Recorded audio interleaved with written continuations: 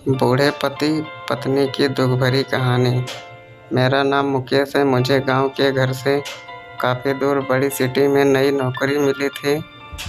इस शहर में भाड़े का घर लेकर रहने लगा। पड़ोसी के तौर पर घर के सामने ही एक घर था जिसमें एक बुजुर्ग जोड़ा रहते थे। दोनों बिल्कुल अकेले थे, मतलब ना कोई बेटा, ना कोई बेटी, ना नाती, ना पोते, यानी कि संयुक्त परिवार थे। मैं एक संयुक्त परिवार का सदस्य था, इसलिए मुझे अक्सर उनके बारे में विचार आते रहते थे। मुझे देखकर बुरा लगता है, इतनी उम्र होने के बाद भी उनकी देखभाल करने वाला कोई भी उनके साथ नहीं है। जब मैं सुबह ऑफिस के लिए निकल रहा था तो देखा था कि दादाजी अपने कांपते हुए हाथों से दादाजी को चाय पिलाते थे। वैसे ही कांपते कांपते हाथों में कप लिए दादाजी चाय पीते थे।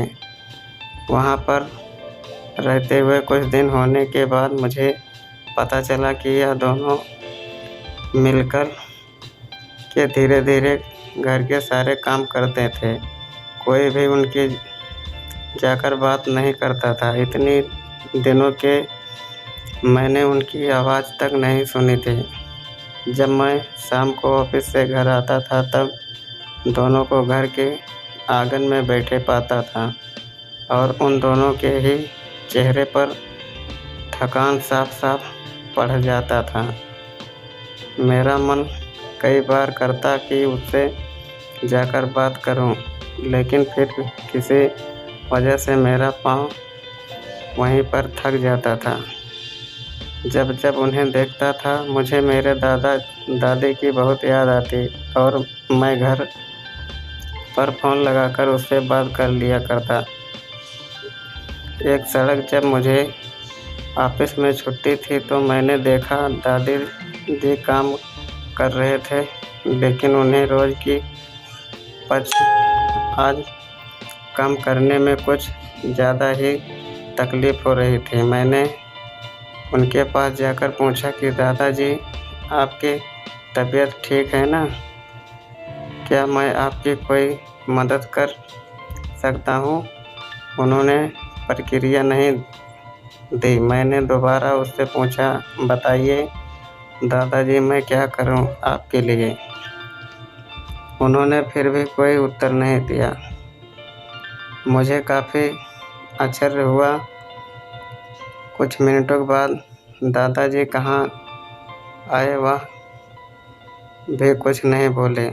मैंने ही बात को आगे बढ़ाते हुए कहा, मुझे लगता है कि दादाजी की तबीयत खराब है, इसलिए मैं यहाँ आप हो।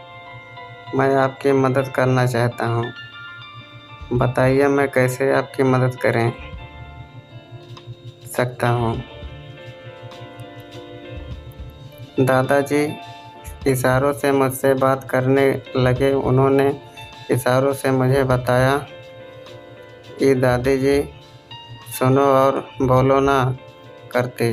उन्होंने यह भी बताया कि वह खुद भी बोल नहीं सकती, वह सुन सकती है, मेरी बात समझ सकती है।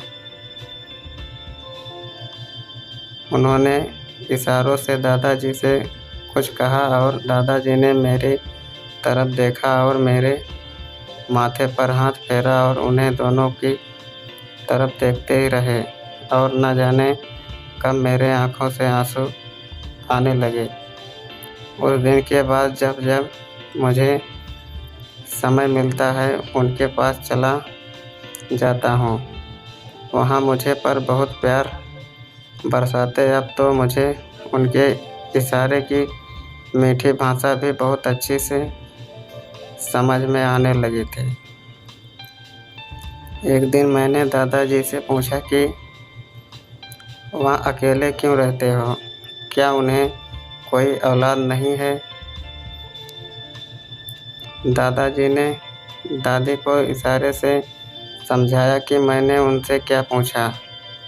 फिर दोनों मेरे हाथ पकड़े कर मुझे आंगन में ले गए और अपने आँखों के आंसू पोंछे और उंगली का इशारा करते हुए एक साइकिल मुझे दिखाई। साइकिल को देखकर मैं समझ गया कि उनके परिवार वाले उन्हें छोड़कर कहीं जा चुके हैं और अब उनके हिस्से में केवल यादें ही बची हैं। उन्हें रातों हुए देखकर मैं भावुक हो गया और मैंने दोनों को गले से लगा लिया। उन्होंने मेरे ऊपर अपने सीने में सालों से बंद प्यार के बदलते से प्यार की इतनी बारिश कर दी कि मैं पूरी तरह उनमें भीग गया। दोस्त, इस कहानी से लोगों को कांटेक्ट कर पाएंगे क्योंकि यह सिर्फ कहानी नहीं, यह कई सारे विचारों बुजुर्ग लोगों की सच्चाई दास्तां है।